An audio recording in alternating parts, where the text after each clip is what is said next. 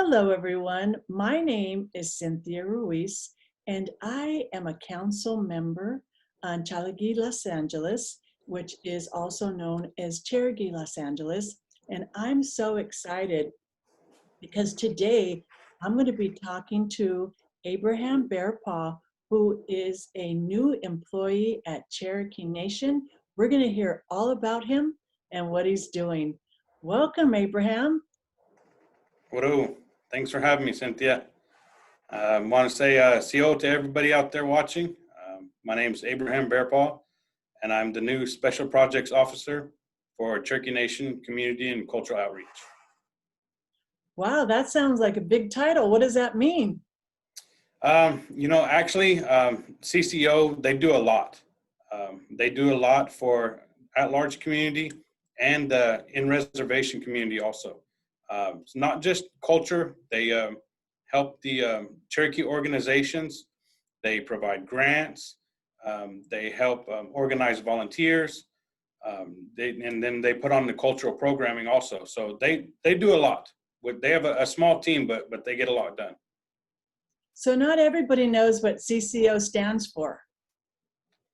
Yes, just community and cultural outreach. And so I believe they picked the right person for the job. Tell us about yourself. I am originally from Rocky Mountain, Oklahoma.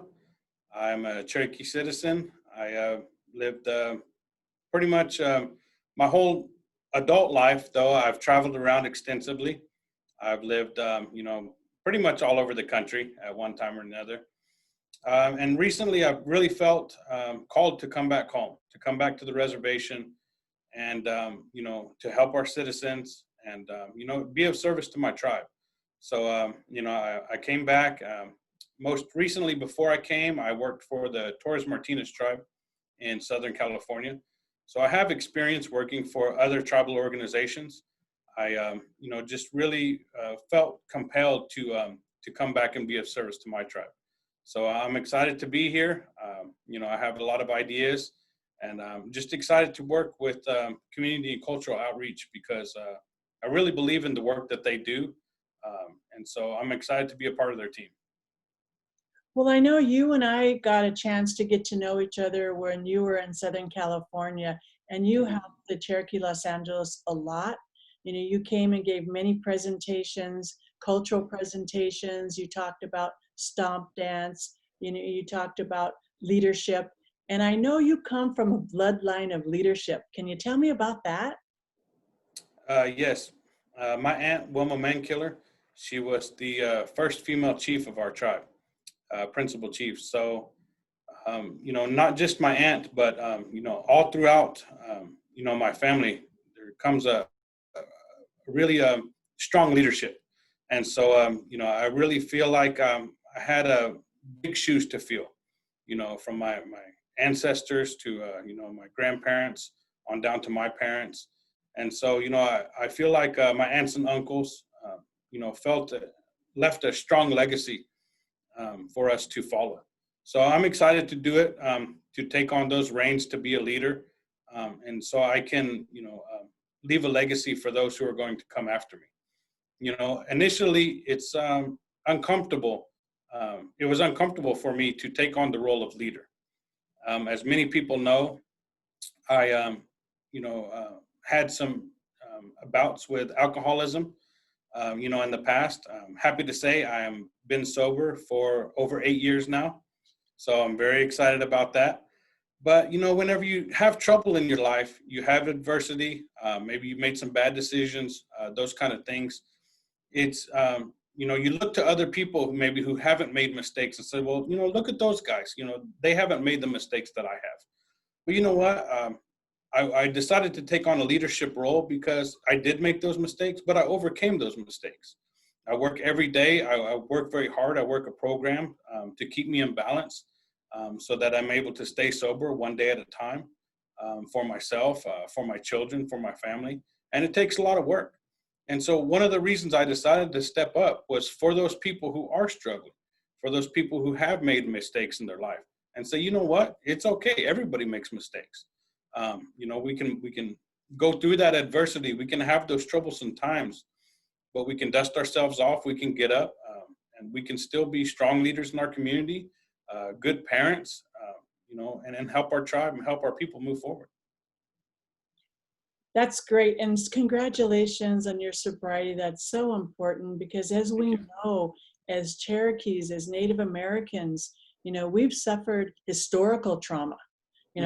It's really in our DNA. And so, so many of our people get caught up in adversity. But Hmm. you're a strong Cherokee man that worked through it. So I'm so proud of you.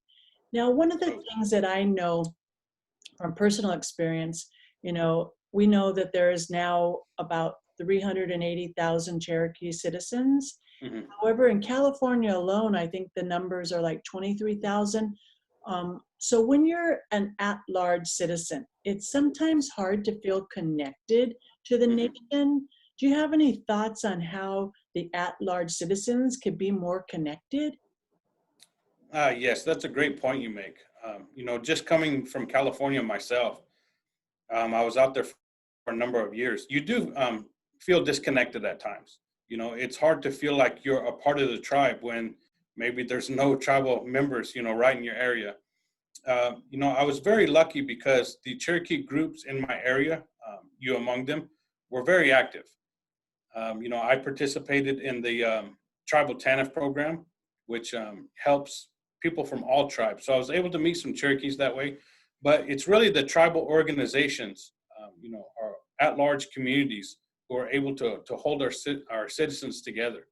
But we've got some exciting things coming up. CCO, the cultural outreach officer, Donnie Squirrel, she has just put together a 6-month calendar of webinars for our at-large community. Those are going to be every Thursday. So the next one is going to be next Thursday at 2 p.m. And that's going to be on capacity building for your organization. And so, it's just really awesome. I was able to view the last one that they did, and they got some really exciting things that they've been working on. So, Donnie Squirrel, she just put together a great calendar. So I would, encourage everybody to make sure you, search for the Zoom link. I'm sure that they're going to promote it. I know that Donnie is going to be putting out that calendar very soon, so that everyone is able to get on and be a part of it. Well, I have to say that I attended last week's one. It was Hmm. put on by the Government Affairs Division, and Hmm. I got so much amazing information. Hmm. So I think to me, my perception is for the at-large citizens, it's a two-way street. Hmm. Yes, Cherokee Nation reaches out to us, but we also need to reach out to Cherokee Nation, Hmm. get involved, look at the website, look at the YouTube channels, because there's so much great content. Now, Hmm. in the new role that you have, what are some of your goals for the next maybe like 3 to 6 months? It's funny that you mentioned that because that's one of my goals is to encourage people and let them know everything we have, our culture, our language, our government. It's for all of our tribal members. We encourage everyone, no matter where you live in the country, to participate. So that's one of the biggest things that I want to take on is just to let everyone know that all of this belongs to you. No matter what state you live in, you're just as much a part of the Cherokee Nation as somebody who lives right here in our capital. So, I'm going to be putting on, a lot of events. Um, I would like to put on conferences, put together some conferences for our citizens. We're going to be mailing out some resources for language to make it easier for our citizens to have access to the beginning part of our language so that, it's less daunting whenever some of those advanced classes come up later. We can all be on the same page. We can be conversational in Cherokee. I think, once you're able to learn some of the language, learn some of the culture, learn our history, learn how our government works, it makes you feel Cherokee, makes you feel like you're a part of things. And then you're going to feel, have more courage to reach out, to take some healthy risks, and to reach out and search out some of the things for yourself. But right now, I just want to be a resource for everyone. I want to let everyone know who sees this. Don't hesitate to get a hold of me. I'm, readily available. This isn't just my job. Teaching Cherokee culture or providing access to Cherokee culture and language. It's my passion. This is what I love to do. I love to do it whether I'm getting paid or not getting paid. I just really feel like the Creator has given me, not just a second chance, but lots of chances to be here because I have something to offer. And what I have to offer is to, our culture, our language, to help our tribal citizens learn how to walk in balance, to feel good about themselves, to feel like they are part of the tribe, so that they can be as strong as possible for their own families and for their own communities.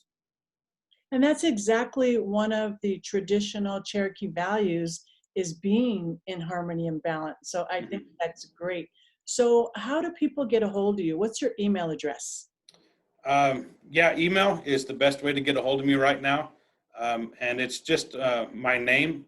It's Abraham-Bearpaw at Cherokee.org.